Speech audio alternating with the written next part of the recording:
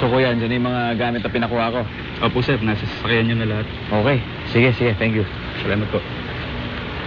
Sir Fredo, hindi niyo ba talaga ako sasama? Ikaw?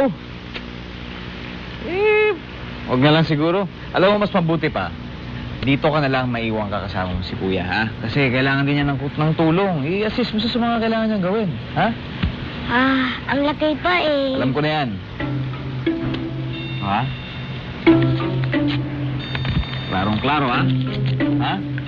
Okay. Yan, ha? Thank you. Ayos ba yan? Kulang ba? Sige, okay na to. Okay na yan, ha? Okay na to. Ayan, marami akong pagagawa kay kuya. So, assist mo siya kung anong kailangan niya. Ikaw nang bahala sa akin. Oo, ako nang bahala dun.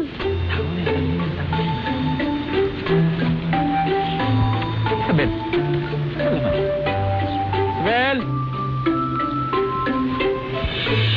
Sabel! Halika na. Ano tayo? Halika tayo. Tara. Ayoko. Baka naka-store pa ako dun. Wala na ako. Mama ka na. Ayoko nga eh. Buboy, tara na. Tete, Sabel, huwag mo pilitin. Ayaw. Ayoko pa ako dun. Sigurado ka, ayaw mo. Oo, nangingitim pa ako dun. Ayaw niya eh. Huwag mo Ano pilitin. sabi mo, mangingitim ka? Oo. Ano tawag mo sa kulay mo?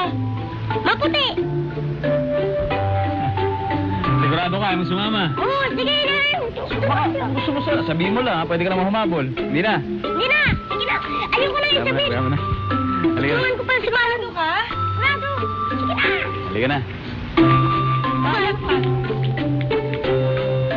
Pagiging ang kiligin mo! Hindi.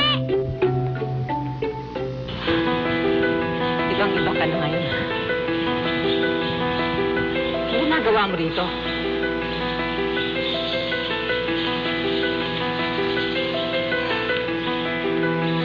Nandito ako para palayasin. Ang pinagsasabi mo? Pamamahay ko ito. Ikaw ang lumayas. Ako na ang may-ari ng pamamahay.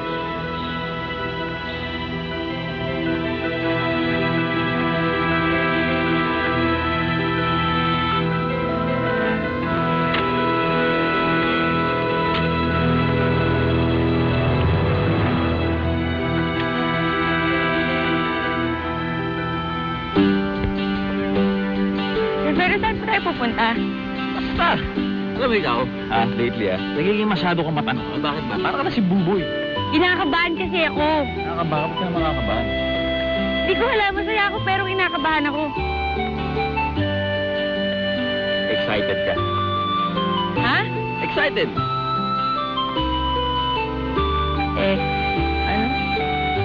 Kaya rin, sabi mo. Ano? Ano nga? I'm excited. I'm Excited. excited.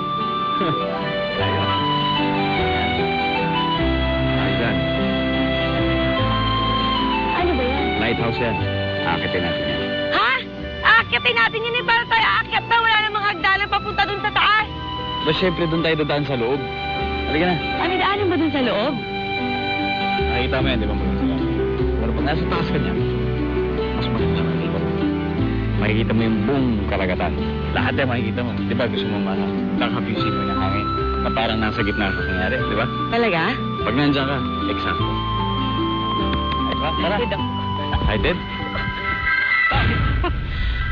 Alam kong mahirap ka na ngayon. Wala ka ng pera. Unti-unting naubos lahat ng kayamanan mo nang mamatay ang asawa mo. Lahat ng ari-arian mo na ibenta. Ito na lang ang natira. Itong mansion mo. Akin na siya. Hindi maaari! Ilabas niyo ang babaeng ito sa pamamahay.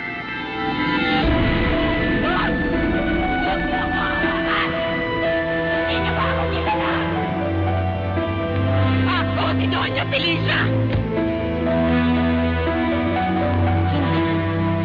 Hindi ka na mayaman. Wala ka ng pera. Wala ka ng kapangyarihan.